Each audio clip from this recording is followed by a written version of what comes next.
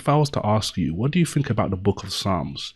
The likely answer that most people would give is they're going to say something along the lines of the Book of Psalms is mainly written by David, or maybe you might say that the Book of Psalms is written by David if you haven't looked into it in a little bit more detail.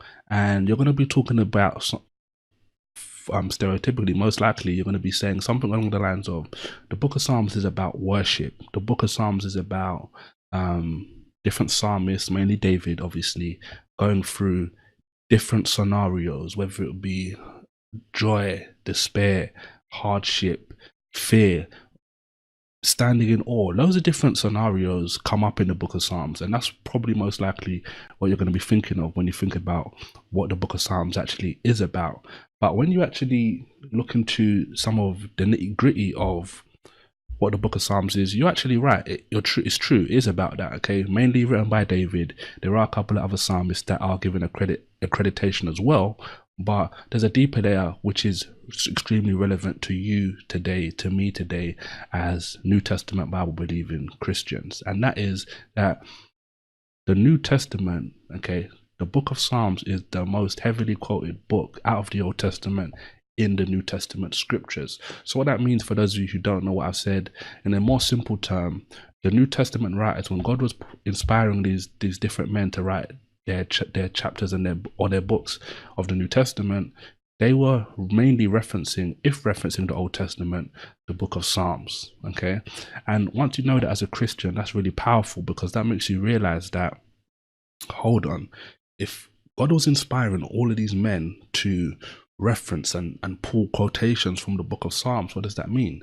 That means, as a New Testament Christian, I should extremely really take the Book of Psalms extremely seriously, because it's not only all of the things we've discussed previously about just devotion and joy and despair and fear and anxiety and all of these different scenarios that people go through, which is really powerful even today.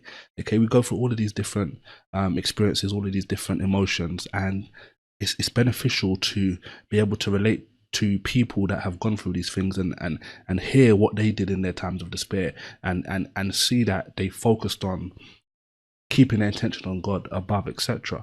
But also, as a New Testament believer, someone that should be looking to understand the scriptures for yourself. This is why we do these live shows and all the kind of different videos on our channel. The prophetical element from the Book of Psalms is really powerful. If you want to understand prophecy, what do you think you need to do? Well, yes, you need to focus on the Old Testament, and that's one of the key pillars that we like to focus on, bridging the gap between the Old Testament and the New Testament on this channel. But at the same time, going into the Book of Psalms, identifying what are the different prophetical things that we see and how are they relevant in the New Testament. Okay, so that's just something really powerful about the Book of Psalms that I thought would be really beneficial to you. Now, I'll give you two more quick insights about this and we'll get into the show. But the first thing I'll tell you is, which is actually kind of ironic, and I think as I was putting this into this segment today and thinking about just the show overall, I was reminded of what I used to do when I was in school. Now, I'll probably not give you the full story here because it's not actually the right setting, but I was thinking about this. When I was in school, there was these Bibles. I used to actually steal these Bibles, which is crazy when I think about it. But I used to steal these Bibles from one of my classrooms. And these were Bibles where they had the New Testament in them, the whole of the New Testament, and the Book of Psalms. That was it. And I always used to wonder, why did they put the Book of Psalms in these Bibles along with the New Testament? Now, full disclosure, I don't know why they did that.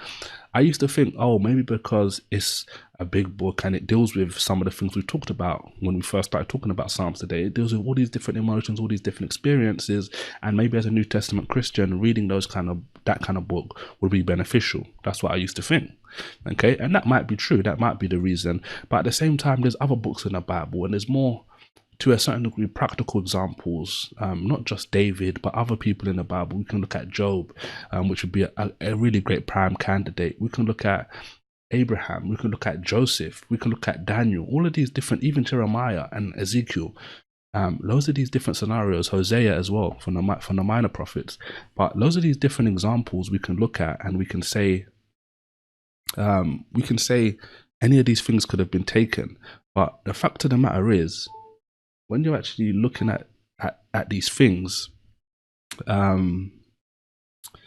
why the book of Psalms? And I started thinking as I was getting ready to prepare this, I was saying to myself, well, could it be because the New Testament references the book of Psalm more than anything else? That could be the reason why they do that. That could be a reason. Just for the record, obviously, I don't know. Like I said already, I haven't really looked into why they used to do that, but that's a quick story. For you to basically take for yourself. Now, as the second thing I'll talk about as well, which is really powerful, is what I've been doing. Okay, so I'll only make another video about this, a video about this dedicated video. But one thing I've been doing recently is reading through the book of Psalms. Okay, one psalm a day, and literally challenging myself without going to search it out. But as I read through the psalm, I see if I can recognize and remember any New Testament reference or New Testament allusion to what we're discussing. Okay, and if there is, I'll highlight it in the New Testament scripture and put the reference of, oh, this is from Psalm XYZ. So that's been really great for me as a challenge. You could do that challenge if you want to. Read through the book of Psalms as you're reading through it, try and reference the New Testament situations that you might see. I don't really try to search. I try and challenge myself in that way. You can do the same thing, or you can say, you know what, you're gonna go and search, which is also fine as well.